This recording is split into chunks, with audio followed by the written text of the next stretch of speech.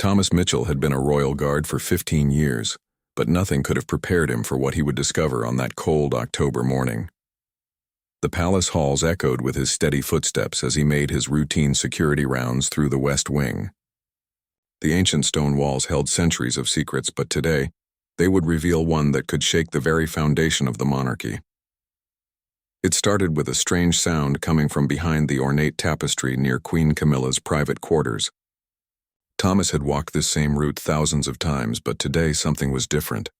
A faint scratching noise, almost like someone trying to open a lock, caught his attention. He paused, listening carefully. The sound came again, definitely from behind the wall.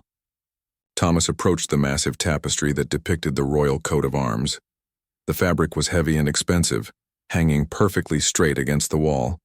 But as he got closer, he noticed something odd. There was a slight gap between the tapestry and the wall, just enough to suggest there might be something behind it. His training kicked in immediately. Any unusual activity near the royal quarters had to be investigated thoroughly. Thomas carefully lifted the edge of the tapestry and peered behind it. What he saw made his heart race. There was a door, hidden, completely from view, with fresh scratches around the lock mechanism. The door was unlike anything he had seen in the palace before. It was made of dark wood with intricate carvings and had an old-fashioned key lock. Most importantly, it appeared to have been recently used. The brass handle was polished smooth from frequent touching, and there were no dust particles around the frame like there should have been if it had been sealed for years. Thomas knew he should report this immediately to his supervisor, but something held him back. The Queen's private quarters were supposed to be thoroughly mapped and secured. How could there be a hidden door that nobody knew about? More troubling, why were there signs of recent use? He checked his watch. It was 7 in the morning, and the Queen wouldn't be in this part of the palace for another 2 hours. The corridor was empty, and he could hear the distant sounds of the kitchen staff preparing breakfast. This might be his only chance to investigate without causing a major security alert. Thomas tried the handle gently. To his surprise, it turned easily. The door wasn't locked. His pulse quickened as he realized he was about to enter a completely unknown space within the palace walls. Every instinct told him to call for backup, but his curiosity was stronger than his caution. The door opened silently on well-oiled hinges, revealing a narrow stone staircase leading downward into darkness. The air that came up from below was stale but not unpleasant, carrying a faint scent of old books and something else he couldn't identify. Thomas pulled out his flashlight and shined it down the stairs. The staircase curved to the right after about 10 steps, disappearing from view. The walls were made of the same stone as the rest of the palace, but they looked older, more weathered. Thomas estimated that the stairs went down at least 20 feet below the main floor level. He made a quick decision. He would go down just far enough to see what was there, then report back to his supervisor. If it was just an old storage room or forgotten basement, there would be no harm done. But if it was something more serious, he needed to know immediately. Thomas descended the stairs carefully, testing each step before putting his full weight on it. The stairs were solid and well-maintained, which only added to the mystery. Someone had been taking care of this hidden passage. At the bottom of the stairs, Thomas found himself in a small chamber with another door directly ahead. This door was newer than the first one, with a modern electronic lock that looked completely out of place in the ancient stone setting. The red light on the lock indicated it was currently sealed. But what caught Thomas's attention wasn't the door itself. It was what was written on a small brass plaque mounted beside it. In elegant script it read, "Private Study, CR." The initials could only mean one thing, Camilla Regina. This was Queen Camilla's secret chamber. Thomas felt a chill run down his spine. He was standing outside a room that the Queen had gone to great lengths to keep hidden. The electronic lock meant that she had recently modernized the security for whatever was inside. This wasn't just an old forgotten room. This was an active, secret space that the Queen was currently using. The implications were staggering. What could the Queen need to hide so desperately that she would maintain a secret chamber unknown to the palace security? Thomas knew that royal families had their private spaces, but this was different. This was deliberately concealed from everyone. including the people responsible for protecting the royal family. He stood in the darkness, weighing his options. He could leave now and pretend he had never found this place. He could report it immediately and let his superiors handle the situation. Or he could try to find out what was inside before making any decisions. Thomas knew that his next choice would change everything. The beam of his flashlight illuminated the electronic lock, and he noticed something that made his decision for him. The lock had a small display screen that showed the last entry time. According to the display, someone had entered this chamber just 6 hours ago, at 1 o'clock in the morning. Queen Camilla had been here in the middle of the night, alone, doing something that required absolute secrecy. Thomas realized he was no longer just investigating a security concern. He had stumbled onto something that could affect the entire royal family and possibly the monarchy itself. Thomas stared at the electronic lock for several minutes, his mind racing through possibilities. As a senior royal guard, he knew the security protocols for every area of the palace. This chamber wasn't on any official blueprint or security map. The Queen had somehow managed to create and maintain a completely secret space without the knowledge of the security team. The more Thomas thought about it, the more concerned he became. Royal security existed for good reasons. Every room, every passage, every entrance had to be monitored and controlled. Hidden spaces could be used by enemies of the crown, could harbor security threats, or could simply be vulnerable points that compromised the safety of the entire royal family. But there was another possibility that made Thomas even more uncomfortable. What if the Queen was using this space for something that she couldn't do in any official royal room? What if whatever was inside this chamber was something that could damage the reputation of the monarchy? Thomas examined the electronic lock more carefully. It was a high-end biometric system that required both a fingerprint and a numerical code. The technology was expensive and sophisticated, definitely not something that had been installed recently without proper authorization. This meant that the Queen had been planning this secret chamber for quite some time. He noticed something else that troubled him. There were security cameras in the corridor upstairs, but none down here in the hidden passage. Someone had deliberately designed this space to be completely unmonitored. Whatever happened in this chamber would never be recorded or observed by palace security. Thomas made a difficult decision. He pulled out his phone and took several photos of the hidden door, the staircase, and the electronic lock. If he was going to report this discovery, he needed evidence. But he also knew that taking these photos could be considered a serious breach of royal privacy. As he was photographing the lock, Thomas heard something that made his blood freeze. Footsteps were coming down the stone staircase behind him. Someone else was entering the hidden passage, and Thomas was trapped in the small chamber with nowhere to hide. The footsteps were light and measured, definitely belonging to someone who was familiar with this route. Thomas quickly turned off his flashlight and pressed himself against the stone wall beside the chamber door. His heart was pounding so loudly he was afraid whoever was coming would hear it. The footsteps reached the bottom of the stairs, and Thomas could see the glow of another flashlight approaching. He held his breath and tried to remain perfectly still. Through the dim light, he could make out a figure in dark clothing moving toward the electronic lock. To his shock, it wasn't Queen Camilla. It was Margaret Thornton, the Queen's personal secretary and one of her most trusted advisors. Margaret had been with the royal household for over 20 years and was known for her absolute discretion and loyalty. But what was she doing in this secret chamber at 7 in the morning? Thomas watched as Margaret approached the electronic lock with the confidence of someone who had done this many times before. She placed her finger on the biometric scanner and entered a code on the numerical keypad. The lock clicked open immediately, and she disappeared inside the chamber. The door closed behind her with a soft electronic beep, leaving Thomas alone in the darkness again. He was more confused than ever. If Margaret had access to this chamber, it meant that at least some members of the Queen's inner circle knew about its existence. But why was it being kept secret from palace security? Thomas waited in the darkness for what felt like hours but was probably only 20 minutes. Finally, he heard the electronic lock clicking open again. Margaret emerged from the chamber carrying a small leather briefcase that she definitely hadn't had when she entered. She moved quickly back toward the staircase. But just as she reached the first step, she stopped. Thomas felt his heart skip a beat. Had she noticed something? Did she know someone else was down here? Margaret stood perfectly still for nearly a minute listening. Thomas barely dared to breathe. Finally, she continued up the stairs and Thomas heard her footsteps fading away as she reached the main corridor above. Thomas waited another 10 minutes before moving. He was now certain that whatever was in this chamber was significant enough to require the personal attention of the Queen's most trusted advisor. The briefcase suggested that documents or other materials were being stored inside and regularly accessed. The situation was becoming more serious by the minute. Thomas was no longer just dealing with a security oversight or a forgotten room.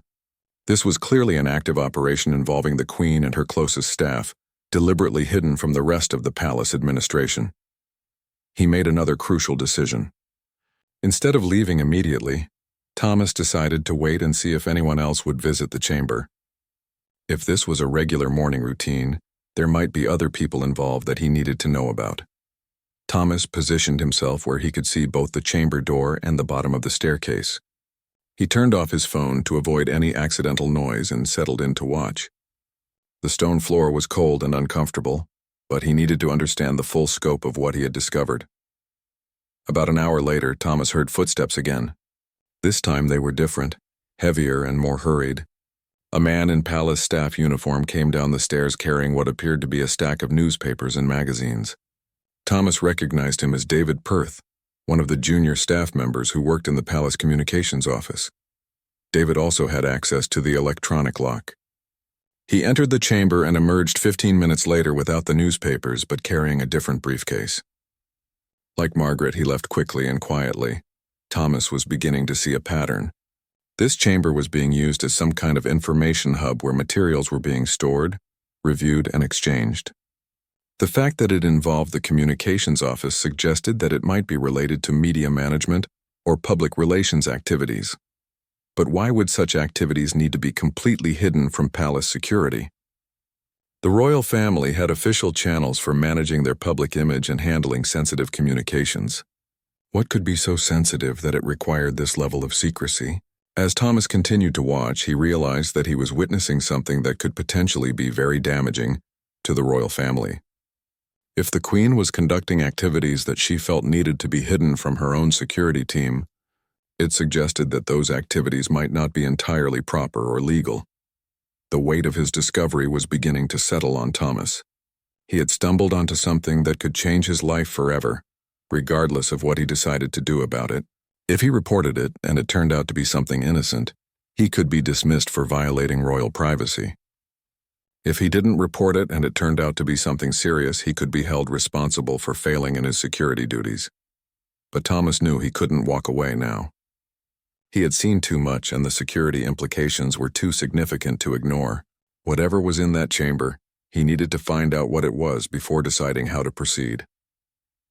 Thomas spent the rest of the morning in his regular security duties, but his mind kept returning to the hidden chamber. During his lunch break, he made a decision that would change everything.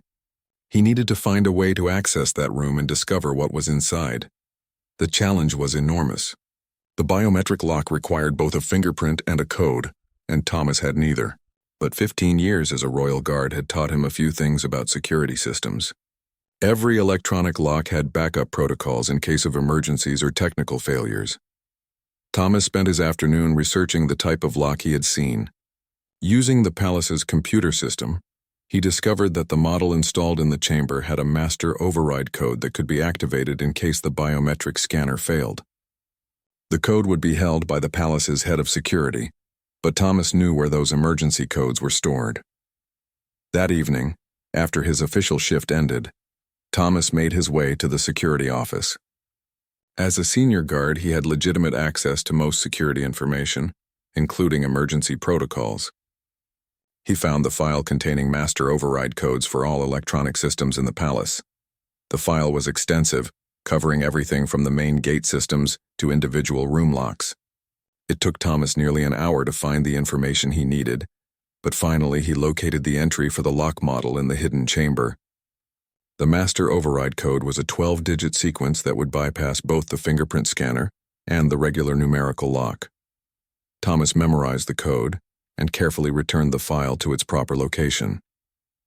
He knew that accessing the chamber with the override code would leave an electronic record, but he hoped that in the massive amount of daily security data, One entry might go unnoticed for at least a few days. At midnight, when the palace was quiet and most of the staff had gone home, Thomas made his way back to the hidden passage. The corridor was empty, and the security cameras were focused on the main areas rather than the tapestry-covered wall where the entrance was located. Thomas slipped behind the tapestry and opened the first door. The staircase was pitch black, and he used his flashlight to navigate carefully down to the chamber below. The electronic lock glowed red in the darkness, waiting for someone with proper authorization. Thomas entered the master override code, his fingers trembling slightly as he pressed each digit. For a moment nothing happened and he worried that he had made a mistake. Then the lock clicked softly. The light changed from red to green and the chamber door opened. The room beyond was nothing like what Thomas had expected. Instead of a simple storage space, he found himself in a sophisticated office that looked like it belonged in a modern intelligence agency rather than a royal palace. The walls were lined with filing cabinets, computer monitors, and communication equipment. Maps of various countries covered one wall, with pins marking different locations. Thomas stepped inside, his flashlight revealing more details. There were multiple workstations with high-end computers, printing equipment, and what appeared to be document scanning devices. Stacks of folders were organized on shelves, labeled with codes rather than readable names. But what shocked Thomas most was the center of the room. A large conference table was surrounded by chairs, and on the table were spread dozens of photographs, documents, and what appeared to be surveillance reports. The materials seemed to be focused on various public figures, politicians, and media personalities. Thomas moved closer to examine the documents. What he saw made his stomach turn. These weren't just random files. They appeared to be detailed intelligence reports on people who had criticized the royal family or published unfavorable stories about them. There were photographs taken with telephoto lenses, financial records, personal correspondence, and even medical information.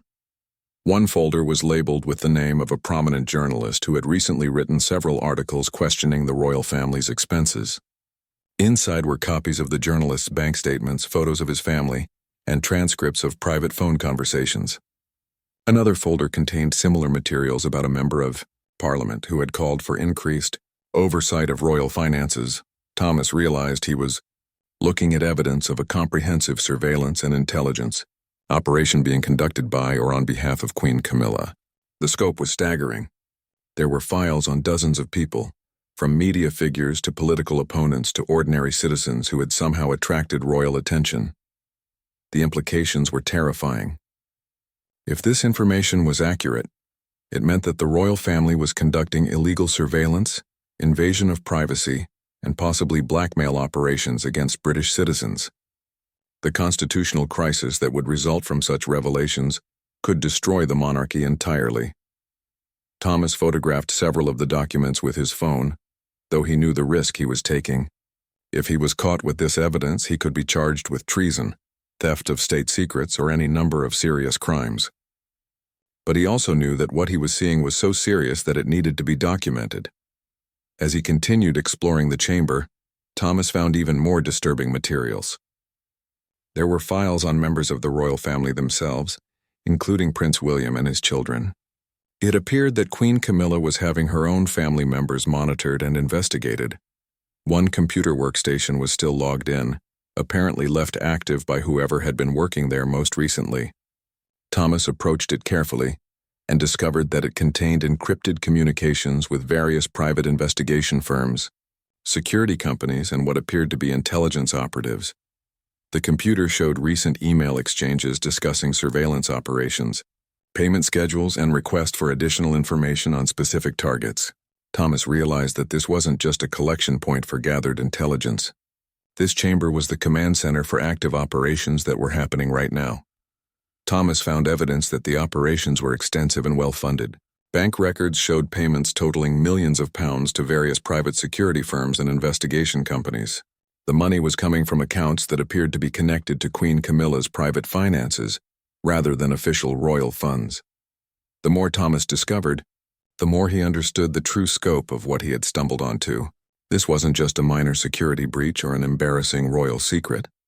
This was evidence of systematic criminal activity being conducted at the highest levels of the monarchy. But Thomas also realized that he was now in extreme danger. If Queen Camilla was willing to conduct illegal surveillance operations against her critics, she would certainly be willing to take action against a royal guard who had discovered her activities. Thomas knew that powerful people had ways of dealing with inconvenient witnesses. He needed to get out of the chamber immediately and decide what to do with the information he had gathered. But as Thomas prepared to leave, he heard something that made his blood freeze. Footsteps were coming down the staircase again, and this time they were moving fast and with purpose. Someone was coming to the chamber, and Thomas was trapped inside with evidence of his unauthorized entry displayed on his phone screen. He quickly looked around for somewhere to hide, but the chamber was too well lit and open to offer any real concealment. The footsteps reached the bottom of the stairs and Thomas heard voices. Multiple people were approaching the chamber, and they didn't sound like they were there for a routine visit. Thomas realized that somehow his presence had been detected, and now he was about to face the consequences of his discovery. Thomas quickly turned off his phone and looked desperately around the chamber for any place to hide. The voices outside were getting closer, and he could hear at least 3 different people talking in hushed but urgent tones. One of the voices belonged to Margaret Thornton, the Queen's secretary, and she sounded angry. "The system logged an unauthorized entry at exactly 12:47 a.m., Margaret was saying. "Someone used the master override code to access the chamber. The breach is still active, which means whoever it is might still be inside." Thomas felt panic rising in his chest. The electronic lock had recorded his entry, and now they knew someone had broken into their secret operation. He spotted a narrow space between 2 tall filing cabinets in the far corner of the room. It wasn't much, but it was his only option. He squeezed into the gap just as the chamber door opened and light flooded the room. Thomas pressed himself against the cold stone wall and tried to control his breathing. Through the narrow opening between the cabinets, he could see 3 figures entering the chamber.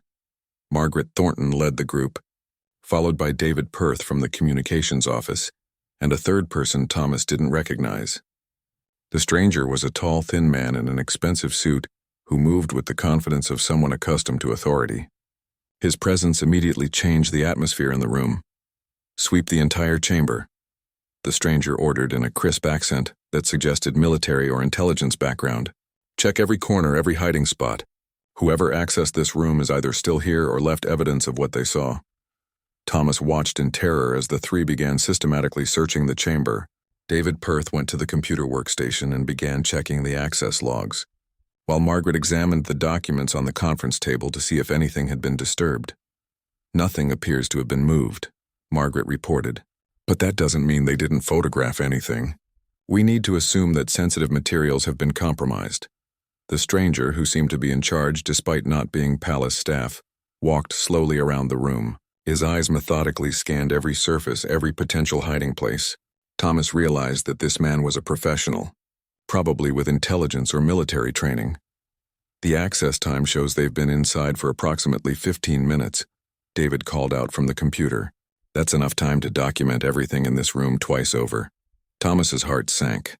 They knew exactly how long he had been inside, which meant they could estimate how much he might have discovered. The situation was worse than he had imagined. The stranger approached the filing cabinets where Thomas was hiding. Thomas held his breath and tried to make himself as small as possible. The man stopped just inches away from Thomas's hiding spot and stood there for what felt like an eternity. "Margaret," the stranger said quietly, "call Her Majesty immediately. Tell her we have a security breach and need to implement containment protocol immediately. We cannot allow this information to leave the palace." Thomas felt a chill run down his spine. Containment protocol sounded ominous, and the fact that they were calling Queen Camilla directly meant that whatever happened next would have her full authorization. Margaret stepped out of the chamber to make the phone call, leaving Thomas alone with David and the mysterious stranger.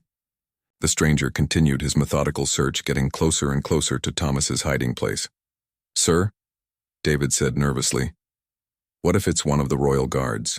They have access to the override codes and they might have stumbled onto this accidentally." The stranger paused in his search. "That would actually be worse than an external breach. A guard who discovers this operation becomes a permanent security risk. We would need to address that risk accordingly." Thomas understood the implication immediately.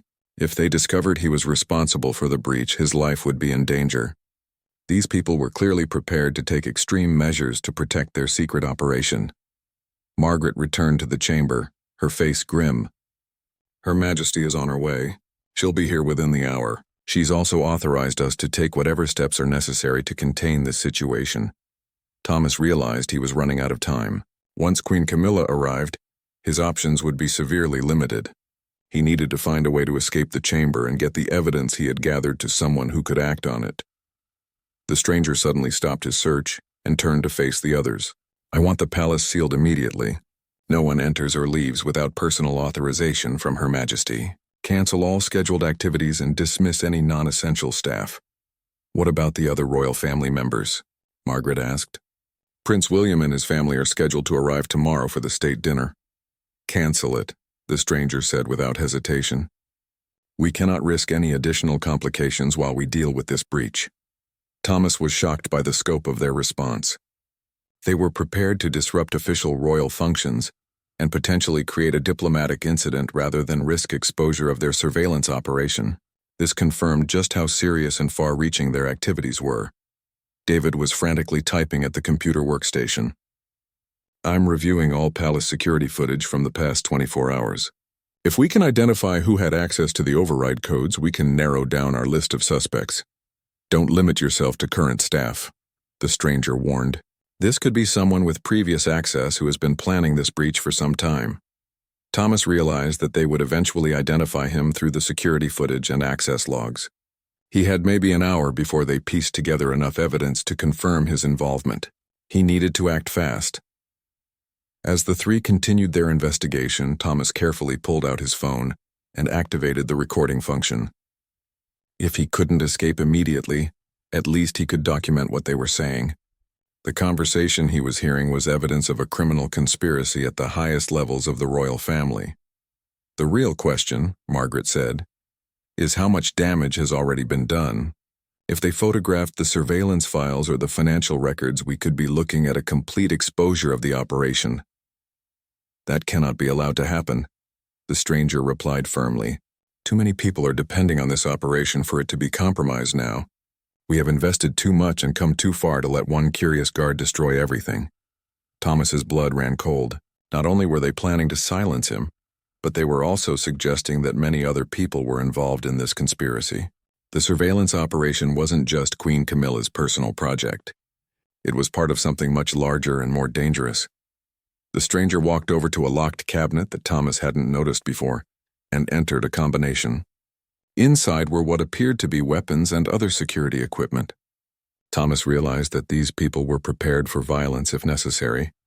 Prepare for Her Majesty's arrival, the stranger ordered. And remember, whatever happens in the next few hours, it never happened. The security of the crown depends on our discretion. Thomas knew that his time was running out. Queen Camilla would arrive soon, and once she did, any chance of escape would disappear. He needed to find a way out of the chamber and get his evidence to safety before it was too late. But as Thomas prepared to make his move, he heard something that changed everything. Footsteps were coming down the staircase again, but these were different. They were heavier, more authoritative, and accompanied by the sound of multiple people moving together. Queen Camilla had arrived, and she wasn't alone. Queen Camilla entered the chamber with the presence and authority that only comes with absolute power. She was accompanied by two additional men in dark suits who immediately positioned themselves at strategic points around the room. Thomas had never seen these men before, but their bearing and the way they moved suggested they were professional security operatives, not palace staff. Report, Queen Camilla commanded without preamble. Her voice was cold and controlled, completely different from the warm public persona she maintained in official appearances. Margaret Thornton stepped forward. Your Majesty, we detected an unauthorized entry at 12:47 a.m. using the master override code. The intruder was inside for approximately 15 minutes, which provided enough time to access all materials in this chamber. Queen Camilla's expression darkened. How many people have access to those override codes? 12 senior security personnel, Your Majesty, the stranger replied. We're currently reviewing surveillance footage and access logs to identify the responsible party. Thomas watched from his hiding place as Queen Camilla walked around the chamber, examining the various workstations and document areas. Her familiarity with the space was obvious. This wasn't just her operation. She was intimately involved in its day-to-day management. "What is the worst-case scenario if our activities are exposed?" she asked. The stranger exchanged glances with Margaret before answering. "Complete destruction of the monarchy, Your Majesty. The surveillance files alone contain enough evidence to bring down the government.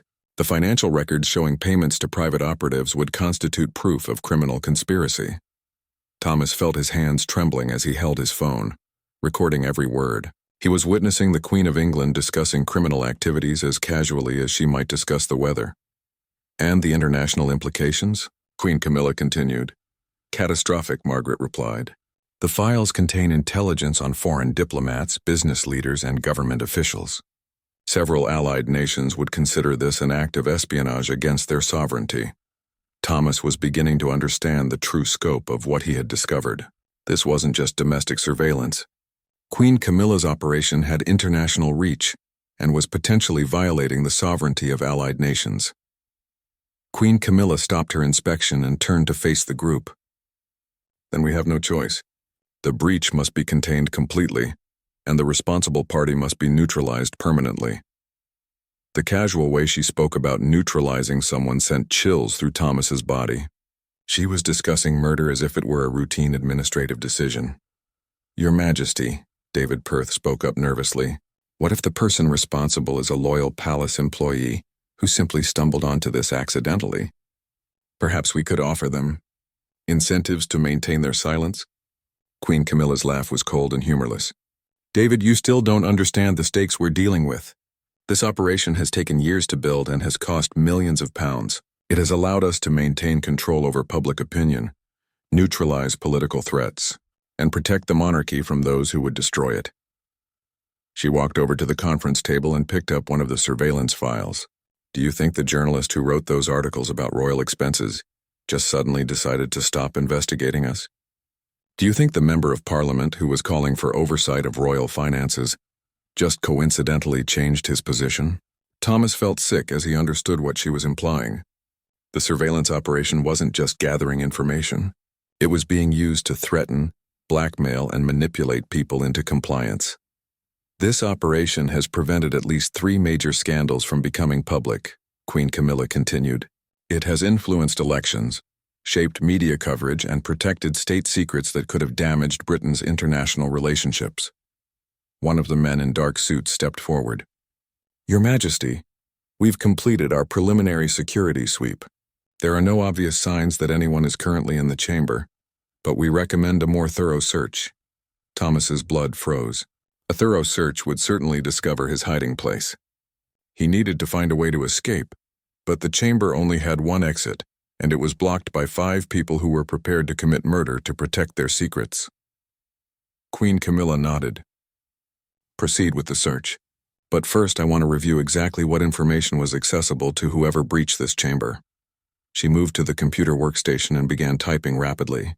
Thomas could see the screen from his hiding place and watched as she accessed files labeled with various code names and operational designations. "The financial records are the most damaging," she said, reviewing the information. "If someone documented the payments to our operatives, they would have evidence of criminal conspiracy reaching the highest levels of government." Margaret approached the Queen. "Your Majesty, should we consider temporarily shutting down the operation until this breach is resolved?" "Absolutely not," Queen Camilla replied firmly. "We have 3 major operations reaching critical phases this week. The investigation into the BBC documentary team must continue. The pressure campaign against the Treasury Oversight Committee cannot be interrupted. And our monitoring of Prince Harry's communications is more important than ever." Thomas was shocked to learn that Queen Camilla was having her own stepson surveilled. The level of paranoia and control she was exercising was beyond anything he could have imagined. "Besides," Queen Camilla continued, "shutting down the operation would only confirm to whoever breached our security that they discovered something significant. Our best strategy is to continue normal operations while we identify and neutralize the threat." The stranger walked over to the weapons cabinet and began removing various items. "Your Majesty, we should consider the possibility that this breach was not accidental.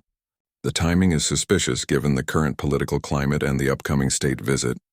Queen Camilla paused in her review of the computer files. Explain. Several intelligence services have been showing increased interest in royal family activities lately.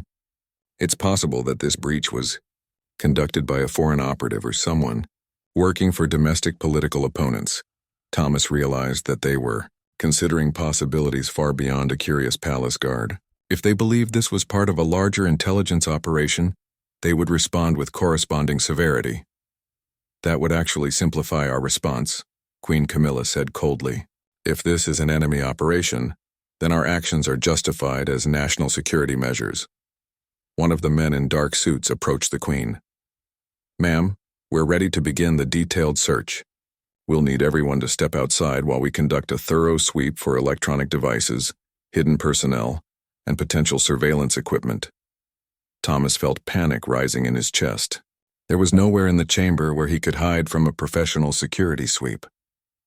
His only chance was to create some kind of distraction that would allow him to escape in the confusion. As the group prepared to leave the chamber for the search, Thomas made a desperate decision.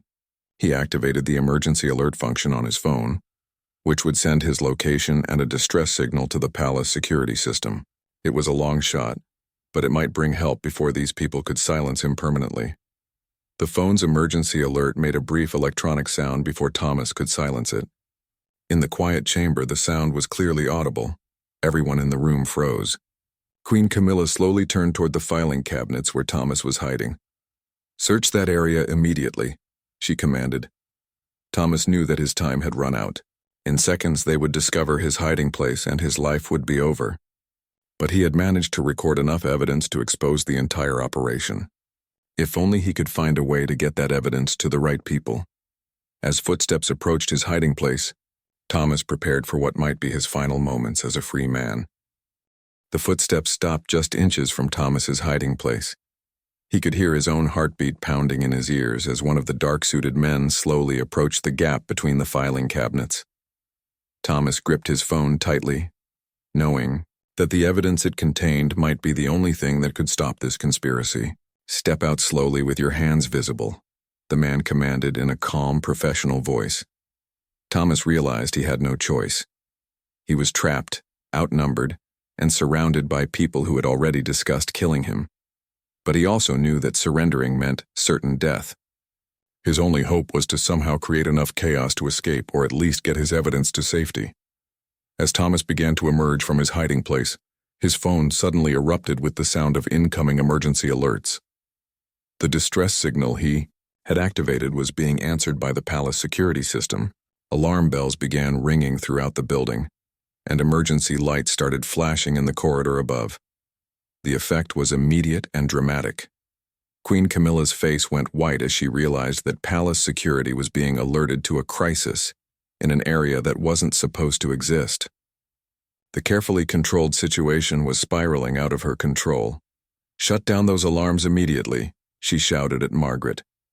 "I can't, Your Majesty," Margaret replied, frantically typing at the computer workstation. "The emergency alert came from inside this chamber. The security system has logged our location and is dispatching response teams." Thomas took advantage of the confusion to fully emerge from his hiding place. The dark-suited man who had been approaching him was now torn between containing Thomas and helping to manage the security crisis. "Your Majesty," Thomas said, surprised by the steadiness of his own voice, "I think we need to discuss this situation." Queen Camilla turned to face him, and Thomas saw something in her eyes that was far more dangerous than anger. It was the cold calculation of someone who had made life-and-death decisions before and was prepared to make them again. "Thomas Mitchell," she said, reading his name tag. 15 years of loyal service, excellent performance reviews, no family dependencies." She paused meaningfully. "That last point makes this easier." The threat was unmistakable, but Thomas pressed on. "Ma'am, I have documented evidence of everything I've seen here. That evidence has been automatically uploaded to secure servers and will be released if anything happens to me." It was a bluff, but Thomas hoped it would buy him time. The truth was that he had only been able to record audio and take a few photographs. But Queen Camilla didn't know the extent of what he had gathered. "Thomas," Queen Camilla said, her voice taking on a different tone, You don't understand what you've stumbled into. This operation isn't about personal gain or petty politics. It's about protecting the monarchy and preserving the stability of the British government. Thomas could hear footsteps and voices in the corridor above. The palace security team was responding to his emergency alert, but they didn't know about the hidden passage. It would take them time to locate the source of the signal. "Ma'am, I've seen the files," Thomas replied. "This operation is conducting illegal surveillance on British citizens, foreign diplomats, and members of your own family. This isn't protection, it's abuse of power." Queen Camilla's expression hardened again. "You think you understand the pressures and responsibilities of leadership, but you don't. Every decision I make affects millions of people. Sometimes that requires making choices that others would consider questionable." Margaret stepped forward nervously. "Your Majesty, the security teams will locate this chamber within minutes. We need to make a decision about how to handle this situation." The stranger, who seemed to be in charge of security operations, moved closer to Thomas. "Ma'am, we have protocols for this type of containment situation. I recommend we implement them immediately." Thomas understood that they were still planning to kill him, despite the presence of security teams in the building.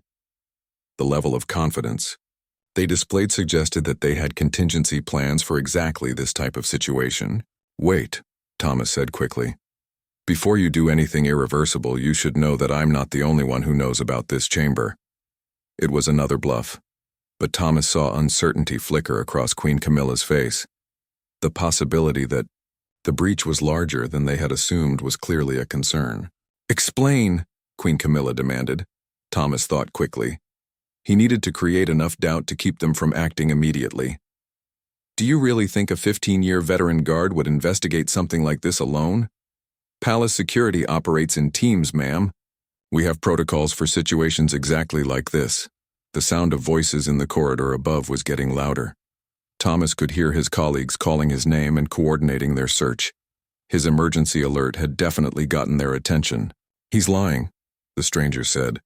"If other security personnel were involved, they would have followed proper protocols and reported the discovery immediately." But Margaret looked uncertain. "What if he's telling the truth? What if this is part of a larger investigation that we haven't detected?" Queen Camilla was clearly weighing her options. Thomas could see her calculating the risks of different courses of action. If she had him killed and it turned out that other people knew about the chamber, the cover-up would become exponentially more difficult. "Ma'am," David Perth spoke up from the computer workstation. "I'm showing multiple access attempts on our security system from external sources. Someone is trying to hack into our network from outside the palace." Thomas felt a surge of hope. His emergency alert had apparently triggered automated security protocols that were now creating additional complications for Queen Camilla's operation. Queen Camilla walked over to David's workstation and reviewed the information on his screen. "These are sophisticated intrusion attempts. This isn't random hacking. Someone knows exactly what they're looking for." Thomas realized that the palace's cybersecurity systems were interpreting his emergency alert as part of a larger attack. Automated defenses were engaging, creating a cascade of security incidents that were overwhelming Queen Camilla's ability to control the situation. "Your Majesty," the stranger said urgently, "we need to evacuate this chamber immediately. If external forces are coordinating with this internal breach, we could be walking into a trap." But Queen Camilla seemed frozen by indecision. The carefully planned operation that had taken years to build was collapsing around her, and she was struggling to adapt to the rapidly changing situation. Thomas heard a new sound from the corridor above, the heavy footsteps of armed security personnel moving with purpose. His colleagues had located the general area of his emergency signal and were conducting a systematic search. "Ma'am," Thomas said quietly, "you have about 2 minutes before palace security finds this chamber. When they do, they're going to want explanations for everything they see here. You need to decide right now whether you want me as an ally or an enemy when that happens." Queen Camilla stared at him for a long moment, and Thomas could see her mind racing through possibilities and consequences. Everything she had worked for was hanging in the balance, and the decision she made in the next few moments would determine not just Thomas's fate, but potentially the future of the monarchy itself. The sound of footsteps above suddenly stopped, and Thomas heard a voice calling down from the hidden entrance. "Thomas, are you down there? We've got your emergency signal coming from below this location." Queen Camilla closed her eyes briefly, and Thomas knew that she was making her final calculation about how to handle the crisis that was about to explode into the open. Queen Camilla opened her eyes and looked directly at Thomas. In that moment, he saw something he hadn't expected: resignation. The woman who had commanded absolute authority just minutes before now appeared to understand that her carefully constructed world was about to crumble. "Thomas," she said quietly, "I want you to understand something before your colleagues arrive. Everything we've done here, every operation, every surveillance activity, was designed to protect something larger than any individual, including myself." Thomas could hear his fellow guards moving around above, searching for the entrance to the hidden passage. It would only be moments before they discovered the concealed door behind the tapestry. "Ma'am," Thomas replied, "I need you to understand something as well. I took an oath to protect the royal family, but I also took an oath to uphold the law. What I've seen here tonight puts those two oaths in direct conflict." Queen Camilla nodded slowly. "Yes, it does. And now you'll have to choose which oath matters more to you." The stranger who had been managing security operations stepped forward. "Your Majesty, we still have options. The emergency protocols can be implemented in less than 60 seconds. But Queen Camilla raised her hand to stop him. "No. We've reached the point where violence would only make things worse." She turned back to Thomas. "You have evidence of our activities. What do you intend to do with that evidence?" Thomas heard the sound of the hidden door opening above, followed by his colleagues' voices echoing down the staircase.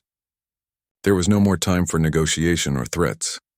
"Ma'am, I intend to ensure that the law is followed and that British citizens are protected from illegal surveillance," Thomas said. "But I also intend to handle this in a way that minimizes damage to the monarchy as an institution." Queen Camilla seemed surprised by his response. "You would be willing to protect the crown even after what you've discovered?" "I'm willing to protect the British people and the legitimate functions of government," Thomas clarified. "But this operation ends tonight." Heavy footsteps were now coming down the stone staircase.